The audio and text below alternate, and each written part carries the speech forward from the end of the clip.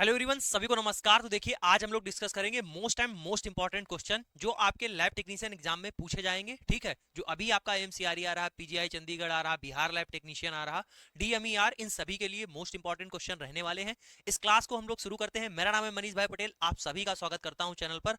मेरे भाई, अगर चैनल पर आ गए हो तो ये क्वेश्चन करके जाना और इन क्वेश्चंस के आंसर आप अपने आप भी करके जाना और लास्ट में कमेंट करके बताना कि आपने कितने क्वेश्चन सही किए। ठीक है, तो चलिए बेहतरीन क्लास की शुरुआत करते हैं। क्लास की शुरुआत करने से पहले आपको बता दें मेरे भाई, अगर आप लैब टेक्नीशियन के किसी भी एग्जाम की तैयारी करना चाहते हो, चाहे वो आपका आरआरबी का हो, चाहे वो आपका बिहार लैब टेक्नीशियन हो, चाहे वो आने वाला अपकमिंग एग्जाम एम्स का हो, मतलब अगर आप डिटेल में थ्योरी पढ़ना चाहते हैं, टेक्निकल, नॉन टेक्निकल और टेस्ट सीरीज एक साथ में बहुत ही बेहतरीन अंदाज में, तो आप लैब टेक्नीशियन सिलेक्शन बैच हमारा ज्वाइन कर सकते हैं, जिसमें हमने हिंदी और इंग्लिश में क्लासेस करा रखी है। और अभी रक्षाबंधन के अवसर पर मेरे भाई ऑफर चल रहा है कि अगर आप इस बैच को ज्वाइन करते हैं तो इसमें आपको जो है 1 साल 3 महीने की वैलिडिटी मिलती है, यानी 15 महीने तक ये बैच आपके साथ में रहेगा। इसमें आप नोट्स को डाउनलोड कर सकते हैं, प्रिंट आउट भी करा सकते हैं, कई सारी फैसिलिटी इस में आपको मिलेंगी। तो प्ले स्टोर से जाकर एजुकेशन मसाला ऐप को डाउनलोड कर लीजिएगा, वहां से आपको बैच मिल जाएगा, या फिर आपको अगर कोई भी दिक्कत आती है तो आप इस नंबर पे कॉल या मैसेज कर सकते हैं। तो चलिए अपने क्वेश्चन की ओर चलते हैं। पहला क्वेश्चन क्या दिया गया है, विच इज करेक्ट, कौन सा करेक्ट है स्टेटमेंट अबाउट इंटरफेरेंस। इंटरफेरेंस के बारे में कौन सा स्टेटमेंट करेक्ट है आपको बताना है। यहां पर चार ऑप्शन आपके सामने दिए गए हैं और एक एक के बारे में पढ़ते हैं। ठीक है, interference is release from viral infected cells, लिखा है वायरल इन्फेक्टेड सेल्स से इंटरफेरेंस रिलीज होते हैं। ठीक है, ये बात लिखी है, आपको बतानी है सत्य है या फिर असत्य है। तो सुनो, देखो क्या होता है, जैसे ये हमारी सेल है, ठीक, मान लेते हैं ये हमारी सेल है, ठीक, ये सेल है। इस सेल पर क्या हुआ, वायरस ने अटैक कर दिया, ठीक, वायरस ने अटैक किया, तो ये सेल जो है अब क्या हो चुकी है, वायरस इन्फेक्टेड हो चुकी है। ठीक, अब जब ये सेल मेरे भाई वायरस इन्फेक्टेड हो चुकी है, तो ये जो सेल है ये एक केमिकल रिलीज करती है जिनको बोलते हैं इंटरफेरेंस। क्या बोलते हैं, इंटरफेरेंस बोलते हैं। और ये इंटरफेरेंस मेरे भाई क्या करते हैं, ये इंटरफेरेंस जो नॉन इन्फेक्टेड सेल हैं, जो नॉन इन्फेक्टेड सेल हैं उनसे क्या करते हैं, उनसे जो है इस वायरस से रक्षा प्रदान करते हैं। ठीक है, तो नॉन इन्फेक्टेड सेल को प्रोटेक्ट करते हैं। ठीक,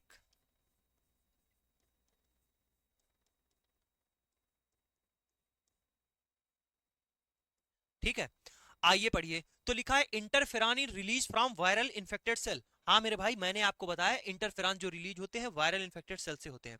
दूसरी चीज लिखी है इंटरफेरॉन प्रोवाइड पैसिव इम्यूनिटी। देखो मेरे भाई, अगर ये पैसिव इम्यूनिटी लिखा है, अगर मेरे भाई ये इन्फेक्शन होने के बाद में जब वायरस इन्फेक्टेड सेल हो जा रही है उसके बाद इंटरफेरेंस निकल रहे हैं, तो यहां पर ये पैसिव इम्यूनिटी नहीं, एक्टिव इम्यूनिटी। ठीक,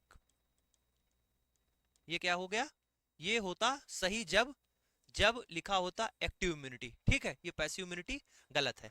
इंटरफेरेंस आर वायरस स्पेसिफिक। मेरे भाई इंटरफेरेंस जो है किसी वायरस स्पेसिफिक नहीं होते हैं। जैसे कि कोई वायरस आया, कोई भी XYZ वायरस आता है, तो जितनी भी सेल्स हैं वो क्या है, इंटरफेरेंस रिलीज करती हैं, कोई भी वायरस स्पेसिफिक नहीं होती हैं। इंटरफेरेंस स्पीसीज स्पेसिफिक होते हैं। मतलब जैसे कि हमारे अंदर वायरस आ गया, सेल्स को इन्फेक्टेड किया, तो इंटरफेरेंस रिलीज हुए। अब मान लीजिए किसी को कोई भी बीमारी हो रही थी, ठीक, हेपाटाइटिस जैसे हुई, तो जो भी सेल इन्फेक्टेड है वो इंटरफेरेंस को रिलीज किया। अब इन इंटरफेरेंस को अगर आइसोलेट कर दें तो सेम ह्यूमंस में ही क्या कर सकते हैं, उसको एज ए दवा के रूप में प्रयोग कर सकते हैं। ऐसा आजकल हो रहा है। तो यहां पर ये लिखा है इंटरफेरेंस आर वायरस स्पेसिफिक, जी नहीं, ये भी गलत बात है। इंटरफेरेंस जो है वो स्पीसीज स्पेसिफिक होते हैं। अगला ऑप्शन देखिएगा, interferon are not species specific, ये भी बात गलत लिख गई, नॉट नहीं यस होता है। इंटरफेरेंस जो होते हैं वो स्पीसीज स्पेसिफिक होते हैं। ठीक, चारों बातें इंटरफेरेंस के बारे में हो गई। एक एक चीज आपको बता दी, अगर इंटरफेरेंस के बारे में अब कुछ भी आता है तो इन्हीं चार लाइन से आएगा। क्या क्या मैंने बताया कि इंटरफेरेंस जो है जो वायरस से इन्फेक्टेड सेल हैं उनसे रिलीज होते हैं। दूसरा बताया इंटरफेरेंस जो है प्रोवाइड करते हैं एक्टिव इम्यूनिटी को। इंटरफेरेंस जो होते हैं वो स्पीसीज स्पेसिफिक होते हैं। ठीक, ये बात हो गई इंटरफेरेंस के बारे में। अब मेरे भाई ये नोट्स जैसा बन गया है, ये आपको फ्री ऑफ कॉस्ट टेलीग्राम पर अपलोड हो जाता है, वहां से आप इसको डाउनलोड कर सकते हैं रिवीजन के लिए। और ये तभी है अवेलेबल होता है, ये 2-3 दिन बाद अवेलेबल होगा, क्योंकि क्लास के जस्ट बाद आप लोग क्या करते हैं, जल्दबाजी कर देते हैं। ये अगर अपलोड हो जाता है तो आप क्लास करते नहीं है, और क्लास जब करते नहीं है डायरेक्ट पीडीएफ डाउनलोड करके जमा करते रहते हैं, उनसे रिवीजन नहीं होता। अभी आपको मैं समझाता हूं क्या, मैं अगर ये समझाऊं interference are not species specific, अगर ये आपने पीडीएफ डाउनलोड कर लिया, अब ये नाट पे मैंने तो कुछ लिखा ही नहीं है, अब बताइए नाट पे मैंने गोला लगा के छोड़ दिया। अगर आप रिवीजन कर रहे होंगे और इस वीडियो को देख रखा होगा तो आपको पता होगा नाट नहीं, हाँ जो इंटरफेरेंस होते हैं वो स्पीसीज स्पेसिफिक होते हैं। अब ये सही है गलत है क्या है, तो सारी चीजें लिख पाना पॉसिबल नहीं होता, लेकिन मैक्सिमम चीजें लिख दी जाती हैं। तो क्लास इंपॉर्टेंट है, उसके बाद में पीडीएफ ये आपके लिए यूजफुल है। अगर बिना क्लास किए हुए पीडीएफ आप कलेक्ट कर रहे हैं तो आपके लिए यूजफुल नहीं है, ठीक है। आगे चलिएगा। अब देखिए मैच द फॉलोइंग की बात आ गई, इम्यूनोग्लोबिन से एम्स में काफी सारे क्वेश्चंस आते हैं, ठीक है, आइए देखते हैं। और इसको करने की जो ये मैच वाले होते हैं, इनको करने की एक बेहतरीन तरीका होता है, वो हम आपको सिखाते हैं, ठीक है। देखिएगा क्या लिखा हुआ है, आईजीई इम्यूनोग्लोबिन ई, ठीक है, MAG ऐसे लिखा हुआ, इधर लिखा हुआ। अब आईजीई के बारे में बात करते हैं, इसमें से ढूंढते हैं इन चारों में कौन सा होगा। तो आपको पता है कि जो आईजीई होती है हमारी, वो किस में रिस्पॉन्स करती हैं, आईजीई हमारी जो है एलर्जी में जो है रिस्पॉन्स करती हैं। तो अब इसमें से देखिए कहां पर लिखा हुआ है, लिखा है first immunoglobin class produce in the primary response to antigen. तो फर्स्ट इम्यूनोग्लोबिन क्लास प्रोड्यूस, ये तो किसके बारे में लिखा है, first immunoglobin class produce in primary response. तो प्राइमरी रिस्पॉन्स में मेरे भाई आईजीएम होती है प्रोड्यूस, प्राइमरी रिस्पॉन्स में आईजीएम होती है, तो यानी बी का फर्स्ट, देखो बी का फर्स्ट मिला, बी का फर्स्ट कहां कहां है, बी का ये सेकंड है, काट देंगे, बी का फर्स्ट ये मिला। तो यानी अब जो है हमें दो ऑप्शन में चेक करना है, ये ऑप्शन आपका और ये वाला डी ऑप्शन, किसी भी हाल में नहीं होगा। अब इन दो ऑप्शन के माध्यम से मेरे भाई हम लोग सही कर लेंगे आंसर को, ठीक है, सेकंडों में करेंगे। अब देखना आईजीई कहां पर लिखा है, लिखा है predominant immunoglobulin class in extraction secretion, हमको नहीं पता, एंटीबॉडी मीडिएटेड हाइपर सेंसिटिविटी। अब ये हाइपर सेंसिटिविटी एलर्जी मेरे भाई, क्या लिखा है, हाइपर सेंसिटिविटी मतलब क्या है, एलर्जी, ठीक, एलर्जी में रिस्पॉन्स करेंगे। तो ये ए का क्या हो गया, थर्ड हो गया, ए का क्या है, थर्ड। तो ए का थर्ड देखो इसी में मिल गया, ए का थर्ड नहीं, ए का सेकंड लिखा हो, ए ऑप्शन हर हाल में राइट हो जाएगा, अब चेक करने की हमें जरूरत नहीं है। ये हमारा क्वेश्चन सही हो गया। आपको सारी चीजें आती हैं, आप एक एक पहले मिला लेंगे, उसके बाद में फिर आओगे ए का चेक करोगे, अच्छा तीन है, बी का क्या है, बी का फर्स्ट है, ऐसे करते हुए आपका समय जाएगा। पहले क्या करना है, जो भी आपको 100% श्योर हो उसको आपको मिलाना है। मैं 100% श्योर था आईजीई जो है वो हाइपर सेंसिटिविटी में रिस्पॉन्स करता है, IgM first immunoglobin class produce in the primary response, तो प्राइमरी रिस्पॉन्स में हमारी आईजीएम करती हैं। इन दो को देखकर ही हमने आंसर को सही कर दिया। अब आओ मेरे भाई आगे चलते हैं, आईजीए लिखा हुआ है, आप जानते हैं जो आईजीए होती है ये जो हमारे सिक्रीशन होते हैं, जैसे स्लाइवा हो गया, टीयर हो गए, इन सभी में क्या होती है, आईजीई पाई जाती है। तो यहां पर सी का क्या हो जाएगा, सेकंड हो जाएगा, predominant immunoglobulin class in external secretion, ठीक है।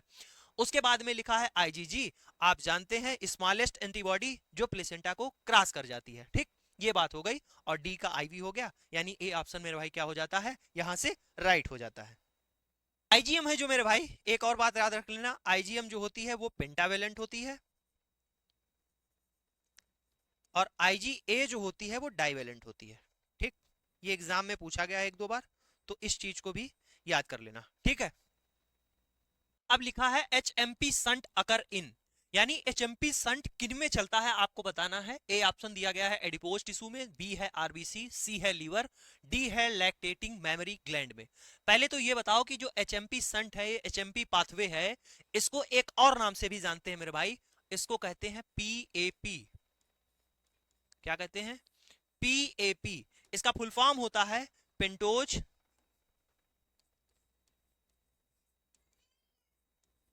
Phosphate pathway.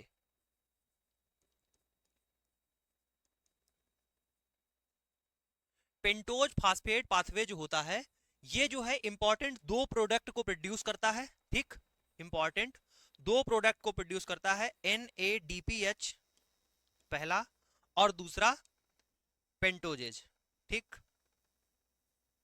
Ribulose 5 phosphate. इनको ये किन किन टिश्यू में चलता है, ये मेरे भाई किन किन टिश्यू में चलता है आपको बताना है। ये जो अकर होता है चलता है जैसे आपका एडिपोज टिश्यू हो गया, इसमें भी जो है एचएमपी सन चलता है, आरबीसी में चलता है, लीवर में भी चलता है, और लैक्टेटिंग मेमोरी ग्लैंड है, इन सभी में चलता है। ठीक है, तो मैंने क्या बताया, आपसे ये पूछा जाएगा, जैसे ऑप्शन दिए रहेंगे, यही सारे ऑप्शन आपको दिए रहेंगे, एडिपोज टिश्यू, आरबीसी, लीवर। ठीक है, तो आपको बताना रहेगा कि किनमें किनमें जो है एचएमपी सन चलता है, तो आप ये बता देंगे। ठीक है, ये जनरेट करता है दो प्रोडक्ट, एनएडीपीएच और दूसरा पेंटोजेज। ठीक, तो यहां से मेरे भाई इन सभी में चलता है।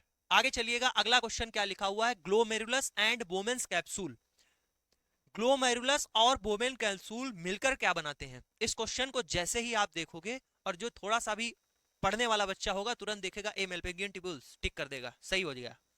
लेकिन जब वो मैच करेगा आकर, जनरली यही होता है, जो पढ़ने वाला बच्चा है, थोड़ा सा भी ये है कि थोड़ी चीजें आ रही होती हैं, थोड़ा इसीलिए ज्ञान कहा गया है कि थोड़ा ज्ञान कष्टकारी होता है, दिक्कत दे देता है। तो ग्लोमेरुलस एंड बोमेल कैप्सूल मिलकर क्या बनाते हैं? जैसे ही आपने पहला ऑप्शन देखा मेलपिगियन ट्यूब्यूल, आपने टिक कर दिया। क्यों? आप ये सोच रहे हैं कि ये सही हो गया, यहीं पर आपकी गलती हो गई। ठीक है, अब समझिएगा, और एग्जामिनर भी ये सब सोच समझ के रखता है, चौथे पे नहीं रखा, पहले पे ही रख दिया, ताकि आप अगर ऑप्शन पढ़े ही ना और इसको ही टिक करके आए और गलती हो जाए आपसे। ठीक, देखो, अब ग्लोमेरुलस और बोमेन कैप्सूल, कुछ लोगों को तो यही नहीं पता होगा कि ये जो है मेरे भाई कहां की बात हो रही। ये ह्यूमन एनाटॉमी और फिजियोलॉजी का पूछा हुआ मतलब पार्ट है। कौन सा? स्क्रीटरी प्रोडक्ट वाला, किडनी से पूछा गया है। आप देखोगे कि ये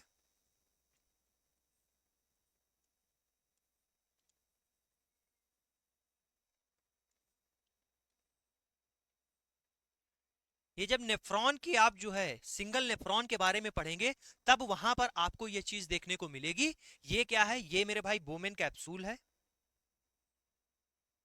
ठीक, ठीक, और जो वहां पर कैप नेटवर्क होता है कैपिलरी का, उनको बोलते हैं ग्लोमेरुलस। क्या बोलते हैं? और इन दोनों को मिलाकर, ग्लोमेरुलस और बोमेन कैप्सूल को मिलाकर, इनको बोला जाता है मेरे भाई, इनको बोलते हैं मैलपीगियन बॉडी। क्या? मैलपीगियन बॉडी कहते हैं। अब गलती यहीं पर हो जाती है, बॉडी आप लोग देखते नहीं, मैलपीगियन ट्यूब्यूल्स देख लेते हैं और सही करने की कोशिश करते हैं, यही गलती हो जाती है। मैलपीगियन ट्यूब्यूल्स तो मेरे भाई आपकी किसमें पाई जाती हैं? काकरोच में पाई जाती हैं। ठीक,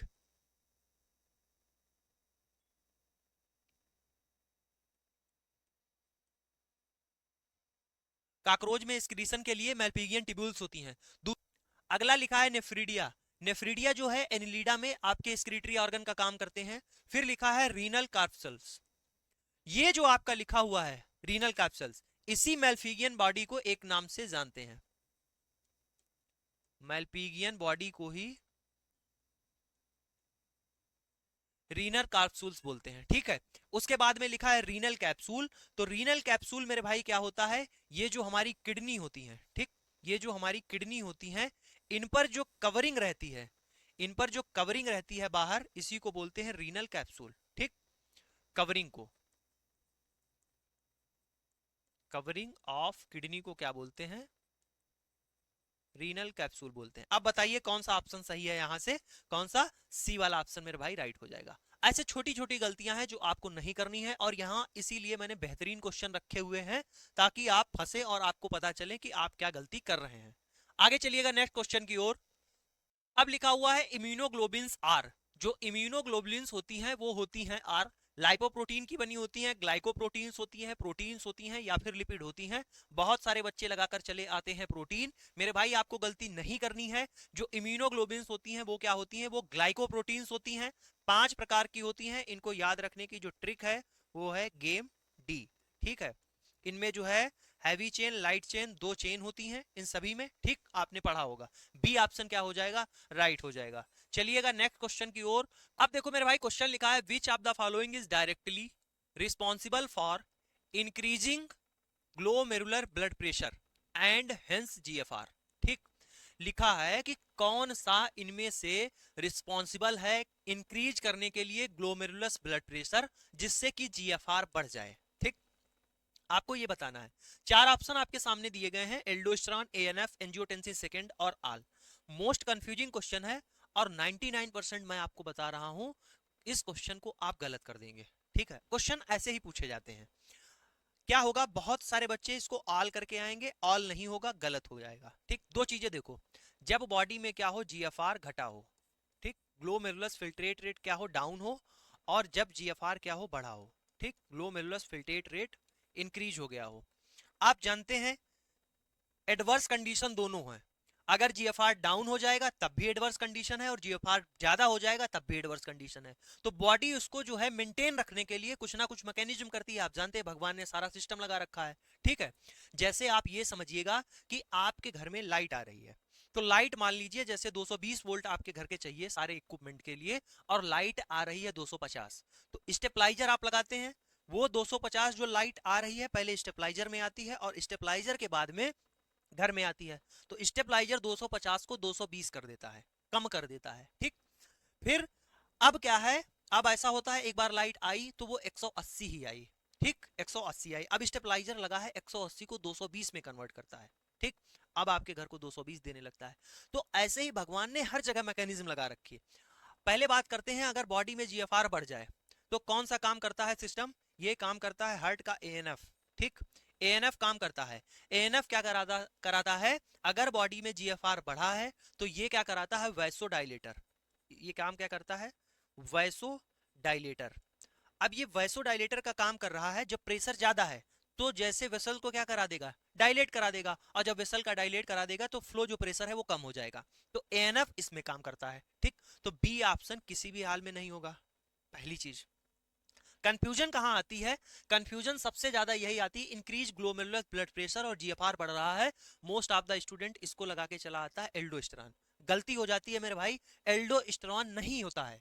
आप क्वेश्चन में देखो क्या लिखा हुआ है, क्वेश्चन में लिखा है डायरेक्टली, कौन डायरेक्टली रिस्पॉन्सिबल है ये आपसे पूछा गया है। अब सुनना, अब देखो, जीएफआर जब घटता है तो दो मैकेनिज्म होती हैं, दो मैकेनिज्म काम करती हैं, एक तो काम करता है रास सिस्टम, ठीक, दूसरा मेरे भाई जो सिस्टम होता है वो काम करता है प्रेसिन, कौन, वैसो प्रेसिन। अब रास सिस्टम में आप जानते हैं, नाम से देखो, एक तो पहले निकलता है रेनिन, ठीक है, रेनिन, एंजियोटेंसिन,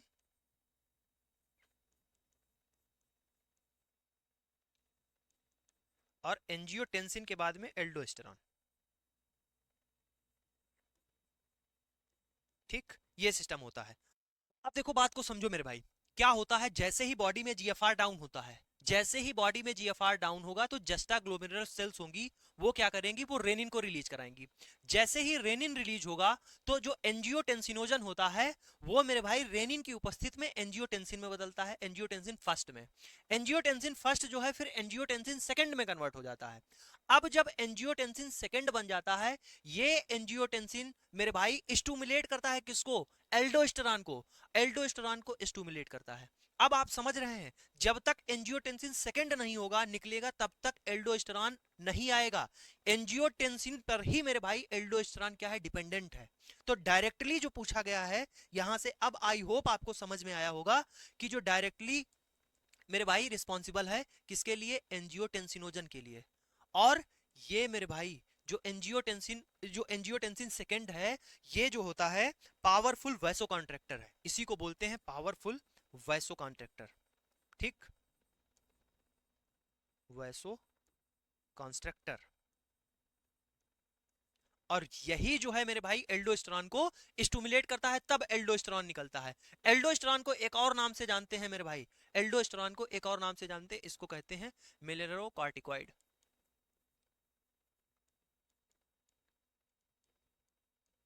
जो एल्डोस्टेरॉन हार्मोन होता है इसको एक और नाम से जानते हैं। आई होप आपको समझ में आया होगा और क्वेश्चन में मजा आ रही होगी, उम्मीद करता हूं आपको मजा आ रही होगी, चीजें समझ में आ रही होंगी, हल्की चीजें आपको नहीं बता रहा हूं, ठीक है, बेहतरीन लेवल के आपको क्वेश्चन करा रहा हूं। अगर मजा आ रही है मेरे भाई तो शेयर भी कर दीजिएगा, लाइक भी कर दीजिएगा, अपने दोस्तों में दबा के शेयर कीजिएगा यार, ठीक है। आगे चलिएगा, विच of the following is correct. और मेरे भाई आपको बता दें, एम सीआरई के लिए, नॉन टेक्निकल के लिए बिल्कुल परेशान मत होइए, रीजनिंग की क्लास कल आपको 9 बजे, कल 9 बजे कंप्लीट रीजनिंग एक ही क्लास में महामैराथन आपको करा दी जाएगी, आ जाना। एम सीआरई के लिए, सभी के लिए, लैब टेक्नीशियन ही नहीं, एमसीआरई पैरामेडिकल में जितने सारे एग्जाम होते हैं उन सभी एग्जाम्स के लिए हेल्पफुल रहेगी। पूरी की पूरी रीजनिंग मेरे भाई एक ही क्लास में, पूरी मैराथन में खत्म करवा दी जाएगी। 3 घंटे 4 घंटे मुश्किल से लगेंगे, और उसको केवल और केवल आप एक बार ध्यान से सुन के और चले जाना, करके आना। आपके मेरे भाई जब करके एग्जाम से निकलना तब बताना कि आपको लाभ मिला कि नहीं मिला। मैथ की, रीजनिंग की और आपकी कंप्यूटर की, ये तीनों मैराथन आपकी करवा दी जाएंगी। नॉन टेक्निकल बिल्कुल परेशान मत होइएगा। और जो आपका टेक्निकल पोर्शन चल रहा है उसको जरूर कीजिएगा। जो लोगों ने बायोकेमिस्ट्री की क्लास नहीं की है, सारी की सारी यूट्यूब पर मेरे भाई प्लेलिस्ट हैं, उन सभी प्लेलिस्ट को करके जाना। बायोकेमिस्ट्री, हिमायत, हिस्टो, सारी की सारी प्लेलिस्ट पड़ी हुई है, उनको जरूर करते जाइएगा। डेली मैं करवा रहा हूं। और रही बात बायोटेक्नोलॉजी की, एक क्लास मैंने करा दी, उसको कर लीजिएगा। एक और मैं भाई बायोटेक की एक और ले आऊंगा, मॉलिक्यूलर बायोलॉजी की भी एक क्लास लेके आ जाऊंगा, ठीक है। तो वो जरूर करना क्लास। 9 बजे आप डेली जुड़ना मत भूलिएगा। देखो रिस्पॉन्स आप दे नहीं रहे हैं, रीजन ये है पेपर है आपका, आप भटक रहे हैं इधर उधर, तो क्लास डेली रेगुलरली आप अच्छे तरीके से कर नहीं रहे। जब आप अच्छे तरीके से नहीं करेंगे, जब आप देखेंगे ही नहीं, तो मेरा कैसे मन करेगा, ठीक है। मोटिवेशन भी चाहिए होता है कि क्लास के लिए। तो आप देखो मैं अपनी पूरी मेहनत कर रहा हूँ, जिस तरीके से मैं पहले पढ़ा रहा था बेहतरीन अंदाज में, वैसे भी मैं अब पढ़ाऊंगा। लेकिन बस आपको थोड़ा सा ध्यान रखना है, चीजों को दबा के शेयर करना है। कॉमन कोल्ड पूछा गया है, कौन सा करेक्ट है आपको बताना है। पहला है कॉमन कोल्ड ड्रॉपलेट इन्फेक्शन। हाँ मेरे भाई आपने ये देखा है, जब आप किसी के जुकाम होता है आप उसके बगल में बैठते हैं, 15 10 20 25 मिनट के बाद में उसके साथ में जैसे ही बैठे रहते हैं आपको भी जुकाम हो जाता है। यानी जब वो छींकता है तो ड्रॉपलेट्स, जो वायरस है, ड्रॉपलेट्स के फॉर्म में ऐसे इन्वायरमेंट में आ जाते हैं, और जब आप सांस लेते हैं वो आपके अंदर चले जाते हैं और आपको भी कॉमन कोल्ड हो जाता है। ए ऑप्शन क्या है लिखा हुआ, ये बात सही लिखी हुई है। दूसरा लिखा हुआ है टाइफाइड। टाइफाइड लिखा हुआ है कंटामिनेटेड फूड एंड वाटर से फैलता है। हाँ मेरे भाई जो टाइफाइड है वो कंटामिनेटेड फूड एंड वाटर से फैलता है। एड्स लिखा है सेकिंग हैंड, बिल्कुल गलत बात लिखी हुई है। अगर किसी को एड्स है वो सेकिंग हैंड से नहीं होता है, हाथ मिलाने से नहीं होता है, यूटेंसिल्स यूज करने से नहीं होता है, उसके इक्विपमेंट यूज करने से नहीं होता है, ठीक है।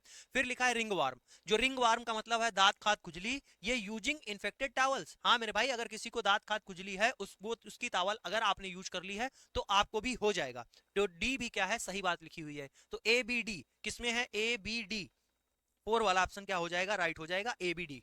नेक्स्ट क्वेश्चन की ओर आइए। Which of the following correct match करके बताना है। शानदार क्वेश्चन है, आप इसका पहले कमेंट करके बताइए क्या इसका सही होगा, आप बताइएगा। देखिए आप बताइए इसको, और फिर मैं आपको तरीका बताता हूं। इसमें कंफ्यूजन बहुत ज्यादा रहेगी। एनसीईआरटी के हिसाब से चलोगे एकदम सही आंसर आपका निकल के आएगा, 1 नंबर का।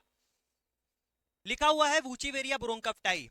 कॉलम सेकंड में देखोगे हाउस फ्लाई लिखा है, फीमेल एनाफ्लीज लिखा है, फीमेल क्यूलेक्स लिखा है, कंटामिनेटेड फूड एंड वाटर लिखा हुआ है। तो ये आपको पता होना चाहिए, 100% बात है कि जो वूचिवेरिया ब्रोंकाप्टाई है ये फैलता है फीमेल क्यूलेक्स। कलर चेंज कर लेता हूं, फीमेल क्यूलेक्स, ठीक। ए का थर्ड, ए का थर्ड देखो कहां है, ए का थर्ड, ए का थर्ड मिल गया, ठीक। ए का थर्ड इसमें भी है। तो यानी अब हम इस पे नहीं जाएंगे, अब हम इस पे नहीं जाएंगे, 50% इनको देखेंगे, इनमें से कोई एक सही है, ठीक। लिखा है कॉमन राउंड वर्म, फिर लिखा है एंट अमीबा हिस्टोलिटिका, फिर लिखा है प्लाज्मोडियम फैल्सीफेरम। इनमें से मेरे भाई हमको पता है प्लाज्मोडियम फैल्सीफेरम। प्लाज्मोडियम फैल्सीफेरम ये जो है किसके द्वारा फैलता है, फीमेल एनाफ्लीज। यानी डी का सेकंड, डी का सेकंड देखो कहां पर है, ये है डी, और डी का सेकंड है ये, इसमें फर्स्ट लिखा हुआ है। तो यानी 3 ऑप्शन राइट हो जाएगा हर हाल में, ठीक। देख लो ना मानो, आगे भी मैच करके देख लेते हैं। आगे मैच करते हैं, लिखा हुआ है कॉमन राउंड वर्म एंट अमीबा हिस्टोलिटिका। तो मेरे भाई एंट अमीबा हिस्टोलिटिका फैल रहा है हाउस फ्लाई की वजह से, और कॉमन राउंड वर्म जो है ये आपका कंटामिनेटेड फूड एंड वाटर की वजह से, ठीक। इसका सी ऑप्शन क्या हो जाएगा, राइट हो जाएगा। Round worm contaminated food and water, आप इसको इजीली कर सकते हैं, एनसीईआरटी की लाइन में दिया हुआ है, और ये क्वेश्चन आपसे पूछे जाते हैं, ठीक है। बेहतरीन क्वेश्चन था। आगे चलते हैं, लिखा है Negri bodies are found in the cell infected with. जो नेग्री बॉडी होती हैं वो फाउंड यानी पाई जाती हैं इन सेल, किनकी सेल में, infected with vaccine, vaccinia virus, ठीक है, वैक्सीनिया वायरस। दूसरा है रेबीज वायरस, तीसरा है फाउपॉक्स वायरस, चौथा है पैरामिक्सो वायरस। मेरे भाई आपको बताएं, अगर रेबीज वायरस की वजह से सेल्स में इंफेक्शन हो गया है, किसमें, नर्व सेल में अगर इंफेक्शन हो गया है, तो उसमें क्या होती है, नर्व सेल में नेग्रो बॉडीज पाई जाती हैं, ठीक, नेग्री बॉडीज पाई जाती हैं। तो इसका बी ऑप्शन राइट हो जाएगा, रेबीज वायरस में, ठीक है। रेबीज वायरस में लिख देता हूं, रेबीज वायरस में नर्व सेल के साइटोप्लाज्म में नेग्री बॉडी पाई जाती है, ठीक। आगे चलिएगा, नेक्स्ट क्वेश्चन की ओर आते हैं मेरे भाई, आ जाओ।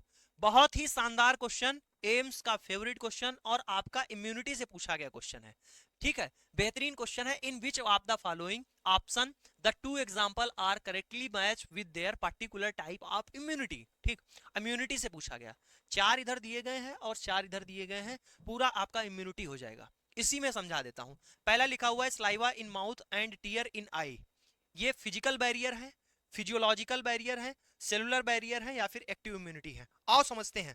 देखो मेरे भाई, आप जानते हैं जो इम्यूनिटी होती है वो दो प्रकार की होती है, एक इनेट इम्यूनिटी होती है, दूसरी एक्वायर्ड इम्यूनिटी होती है। जो इनेट इम्यूनिटी होती है वो मेरे भाई हमको जो है विरासत में मिली रहती है, हमको जब जन्मजात यानी जब हम पैदा होते हैं तो लेके पैदा होते हैं। फिर उसके बाद आती है एक्वायर्ड इम्यूनिटी, जो हम लोग धीरे धीरे साथ साथ में मेरे में हम लोगों में डेवलप होती रहती है एज के साथ में, उसको बोलते हैं एक्वायर्ड इम्यूनिटी। अब उसके बाद में डिफेंस के तीन, ठीक, तीन बैरियर हैं, first line of defence, second line of defence और थर्ड लाइन ऑफ डिफेंस। इसको समझते हैं। जो फर्स्ट लाइन ऑफ डिफेंस है, जो फर्स्ट लाइन ऑफ डिफेंस है, इसमें दो आते हैं, एक तो फिजिकल बैरियर है, क्या है, फिजिकल बैरियर, और दूसरे क्या है, फिजियोलॉजिकल बैरियर, ठीक। फिजियोलॉजिकल, कम समय में मेरे भाई ज्यादा बातें यहां पर समझेंगे, कम समय में ज्यादा बातें समझने के लिए यहां पर आए हुए हैं। फिजिकल बैरियर में क्या है, जो हमारी स्किन है, ये जो हमारी स्किन है ये क्या है, फिजिकल बैरियर है। भगवान ने इसको बना के रखा है, आप नंगे घूमिएगा कोई दिक्कत नहीं है, लेकिन उन्होंने क्या किया, स्किन लगा दी। कोई भी वायरस बैक्टीरिया इस स्किन को क्रॉस करके अंदर नहीं जा सकता है, ठीक है। इसके लिए क्या बताया, इसके लिए भगवान ने स्किन बना दी। अगर कहीं पर कटा पिटा है, ठीक है, कहीं पर इंजरी है, तो वहां पर इंफेक्शन हो सकता है, वहां से बैक्टीरिया वायरस अंदर जा सकता है। तो फिजिकल में कौन आता है, फिजिकल में मेरे भाई आते हैं सबसे पहले स्किन, और दूसरा क्या आता है, दूसरी आती है म्यूकस मेम्ब्रेन। आप कहोगे म्यूकस मेम्ब्रेन कहाँ है, म्यूकस मेम्ब्रेन आप देखोगे ये जो नाक के अंदर है, ये वाला एरिया जो है, जो भी लाइनिंग है म्यूकस की, वो सब किसकी है, वो फिजिकल बैरियर में आती है, ठीक। फिर किस में आती है, फिजिकल बैरियर में आती है। फिजियोलॉजिकल बैरियर की जब आप बात करोगे तो मेरे भाई फिजियोलॉजिकल बैरियर में जो आपका सिक्रीशन वाला हो गया सिस्टम, लाइसोजाइम हो गया, ठीक। जैसे सलाइवा में आपका निकलता है लाइसोजाइम, ठीक, स्टमक में आपका HCl निकलता है। ये सब कैसे बैरियर हैं, ये फिजियोलॉजिकल बैरियर हैं। लाइसोजाइम हो गया, HCl हो गया, और आपका जो भी सलाइवा हो गई, ठीक, ये सभी क्या है, ये फिजियोलॉजिकल बैरियर है, ठीक। फर्स्ट लाइन ऑफ डिफेंस में ये बात समझ गए। अब आते हैं जो सेकेंड लाइन ऑफ डिफेंस है। सेकेंड लाइन ऑफ डिफेंस में क्या होता है, यहां पर कौन हेल्प करता है, यहां पर हेल्प करते हैं आपके सेलुलर, ठीक। जैसे आपकी न्यूट्रोफिल, बेसोफिल्स, ये जो है सेलुलर डिफेंस यहां पर काम करता है। फिर उसके अलावा कौन काम करता है, जैसे साइटोकाइंस बैरियर होते हैं, ठीक, सेलुलर बैरियर हो गए, फीवर आ गया, इन्फ्लेमेशन आ गया, ये सब क्या है। जैसे आप देखते हैं कोई भी आपको बीमारी हो गई हो, कहीं भी इंफेक्शन हो गया हो, सबसे पहले तो ये सारी चीजें जब नहीं मार पाती है तो दूसरा स्टेप यही तो शुरुआत होता है कि आपको फीवर आता है, ठीक है, यही तो शुरू होता है। तो ये सेकंड लाइन ऑफ डिफेंस है। जब सेकंड लाइन ऑफ डिफेंस भी सुरक्षा प्रदान करने में ये हमारी मदद नहीं कर पाता है, तब बात पहुंचती है थर्ड लाइन ऑफ डिफेंस के पास में। और थर्ड लाइन डिफेंस में जो है कौन हमारी मदद करता है, तब हमारी यहां पर मदद करती है बी लिम्फोसाइट और टी लिम्फोसाइट, ठीक है। बी लिम्फोसाइट और टी लिम्फोसाइट ये मेमोरी बेस्ड होती हैं, ठीक है। बी एंड टी लिम्फोसाइट ये क्या होती हैं, मेमोरी बेस्ड होती हैं, ठीक।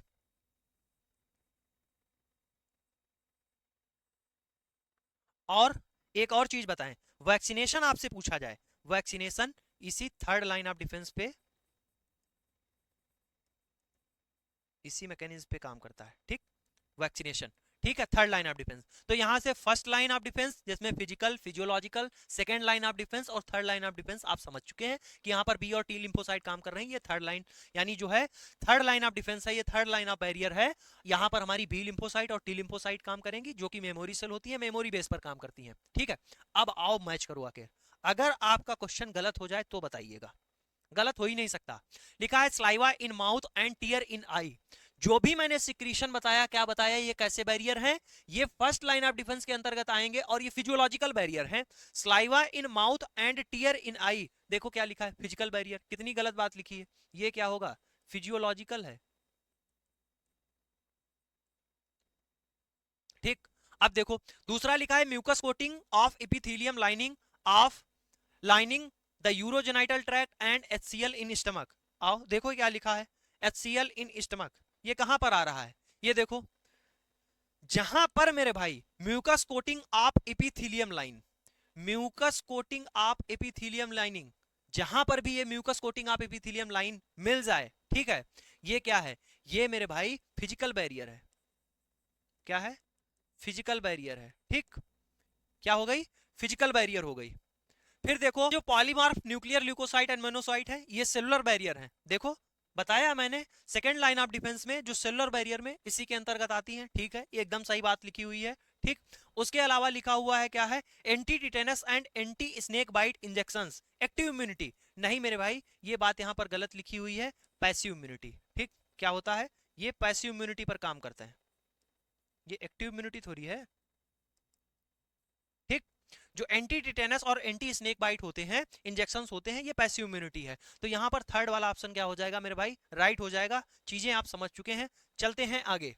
देखो लिखा है a certain patient is suspected, एक पेशेंट है वो सस्पेक्टेड है to be suffering from acquired immunodeficiency syndrome यानी एड्स से। ठीक है, लिखा है which diagnostic technique will recommend for its identification.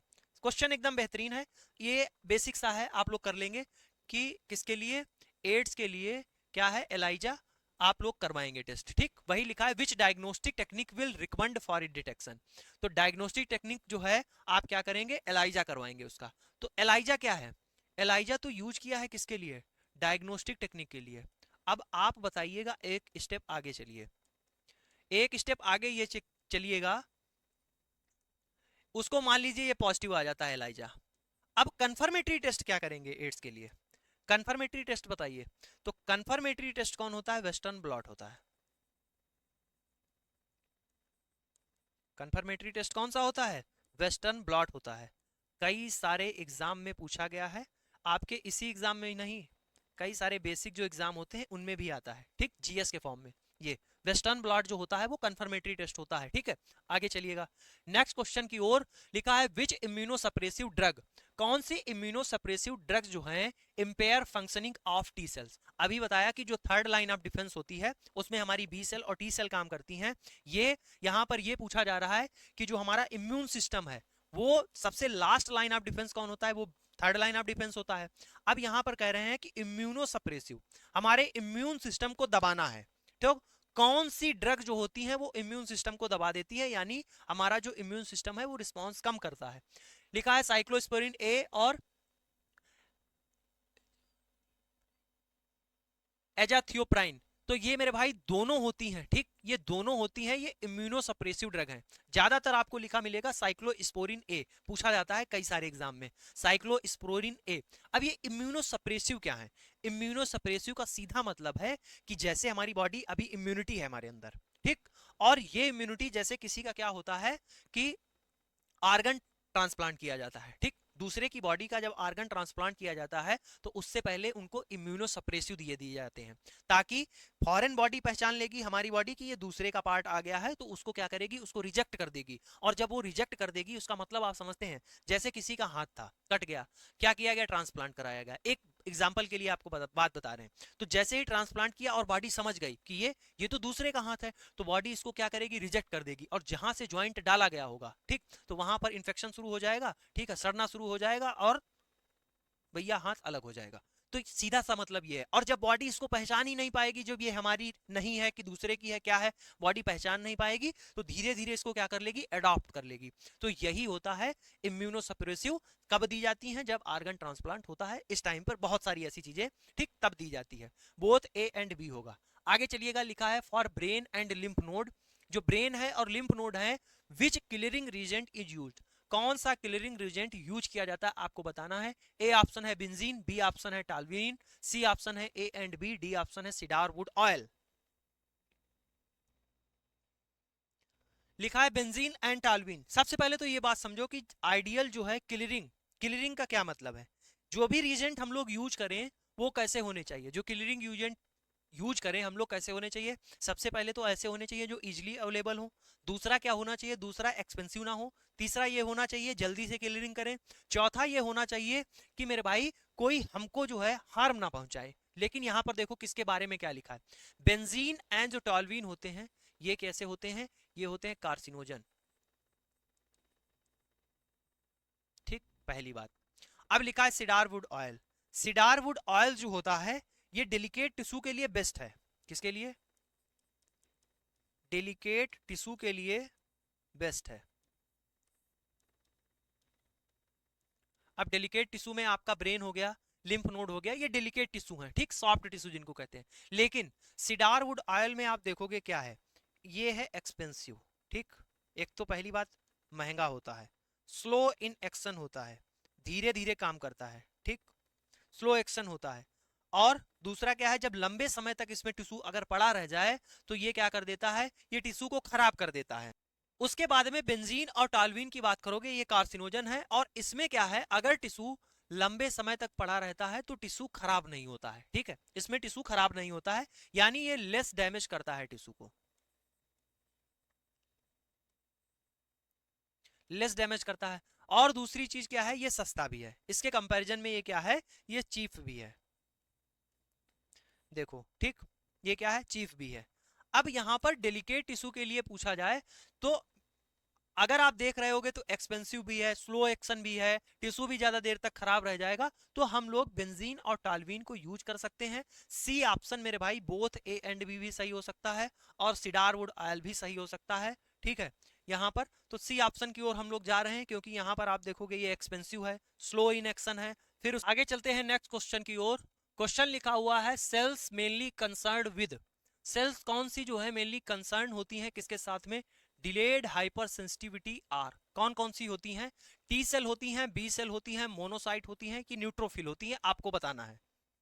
Delayed hyper sensitivity का मेरे भाई मतलब है कि आफ्टर सम टाइम, जैसे ही एंटीजन के साथ में कांटेक्ट हो उसके बाद में जो रिस्पॉन्स आए, ठीक, आफ्टर सम टाइम,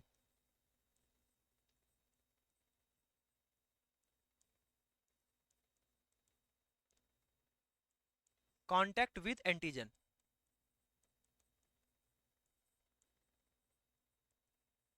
ठीक है, तो इसको बोलते हैं डिलेड हाइपर सेंसिटिविटी। तो टाइप 4 हाइपर सेंसिटिविटी, और इसको मेरे भाई टाइप 4 हाइपर सेंसिटिविटी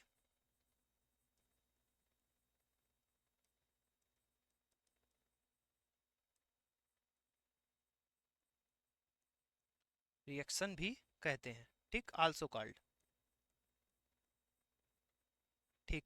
इसमें जो है मेनली सेल्स कंसर्न जो होती हैं वो होती हैं टी सेल, टी सेल या फिर इनको कहते हैं T D T H cell, ठीक। मेनली जो कंसर्न है वो कौन होती है, टी सेल कंसर्न होती है, या फिर इनको T D T H cell भी कहते हैं। आगे चलते हैं क्वेश्चन की ओर। लिखा है, which of the following infection, कौन सा infection is not separate by the respiratory route, यानी जो हमारा रिस्पायरेटरी रूट है, श्वसन अंग से कौन सा इन्फेक्शन नहीं फैलता, आपको बताना है। पहला है कॉमन कोल्ड, दूसरा है मीजल्स, तीसरा है मम्स, और चौथा है हेपाटाइटिस बी। अब देखो कौन नहीं पूछा गया है, देखने से ही आपको पता चल रहा है, जो कॉमन कोल्ड है, मीजल्स है और मम्स है, ये सारे के सारे मेरे भाई रिस्पायरेटरी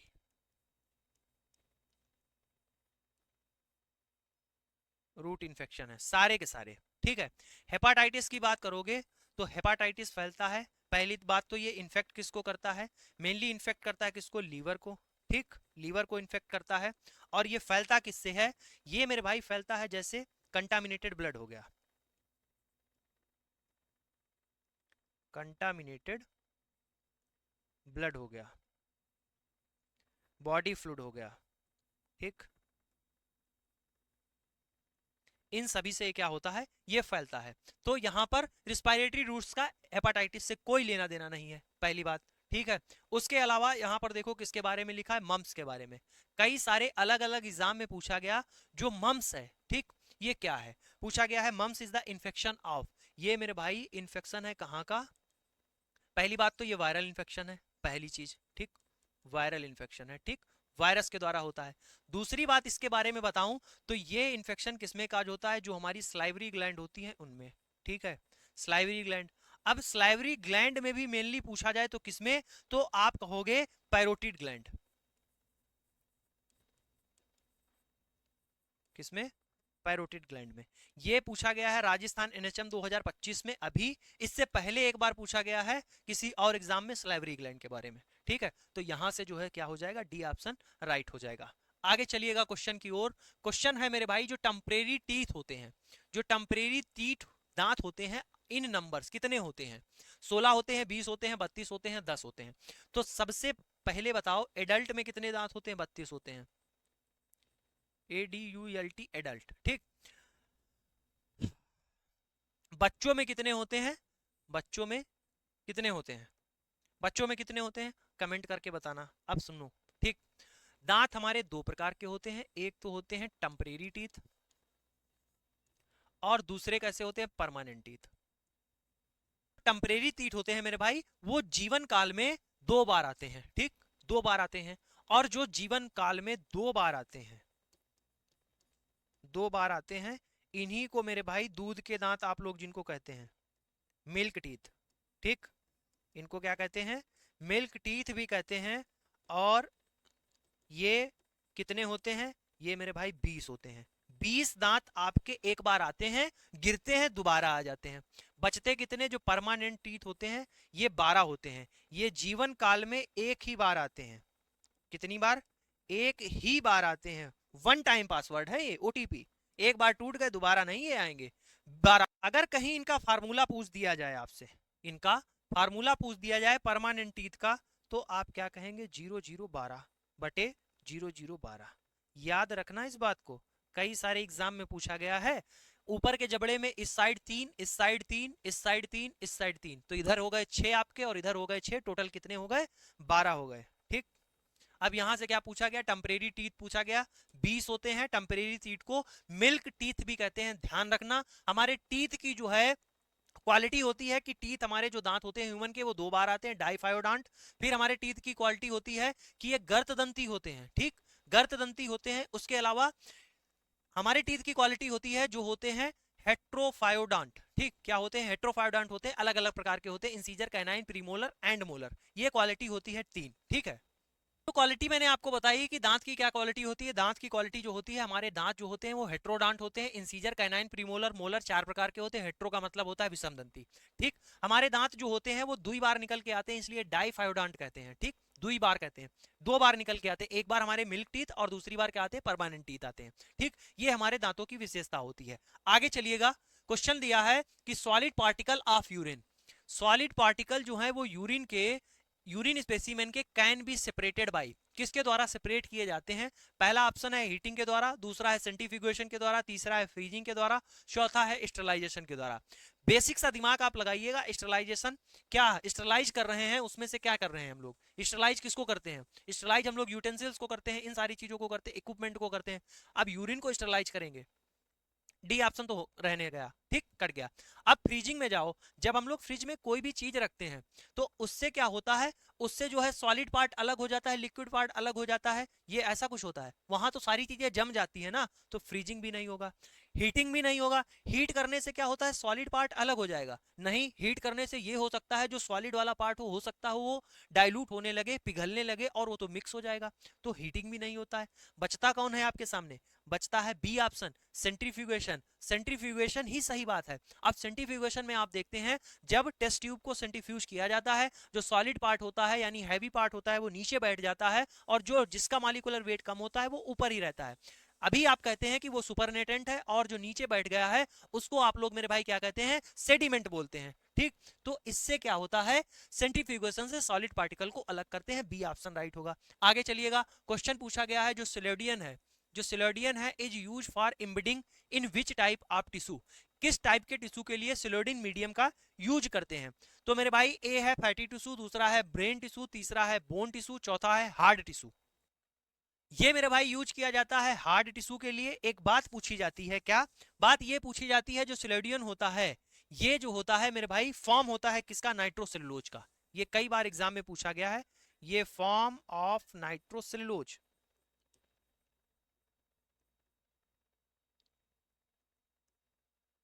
ये नाइट्रोसेलुलोज का फॉर्म होता है। ठीक, इतने हो गए क्वेश्चन। अब आप हमें कमेंट करके जरूर मेरे भाई बताइएगा कि कैसे लगे आपको जो क्वेश्चन, और जो स्टार्टिंग के सारे क्वेश्चन कराए आपके कितने क्वेश्चन सही हुए जरूर कमेंट बॉक्स में बताइएगा। मैंने आपको बताया कि रीजनिंग की क्लास, मैथ की क्लास आपका जो नॉन टेक्निकल एमसीआरई के लिए है, बहुत जल्द कल आपकी रीजनिंग की 9 बजे मैराथन क्लास आएगी।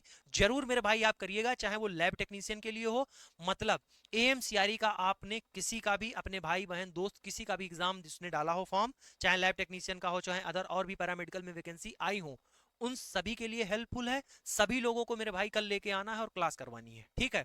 पहली बात। दूसरी बात, अगर आप नए हैं और तैयारी करना चाहते हैं डिटेल में थ्योरी पढ़ने के लिए, तो मेरे भाई बैच पर ऑफर चल रहा है, कल तक ऑफर है। आप मेरे भाई प्ले स्टोर पर जाकर एजुकेशन मसाला ऐप को डाउनलोड करके ये lab technician selection batch join कर सकते हैं।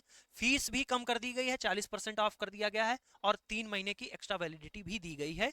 आपको कोई दिक्कत आती है तो इस नंबर पे कॉल या मैसेज कर सकते हैं। ये पीडीएफ आपको टेलीग्राम पर मिल जाएगी, डिस्क्रिप्शन बॉक्स में टेलीग्राम का लिंक मिल जाएगा, आपको इस बैच का भी लिंक मिल जाएगा। मिलते हैं कल की क्लास में, तब तक के लिए जय हिंद।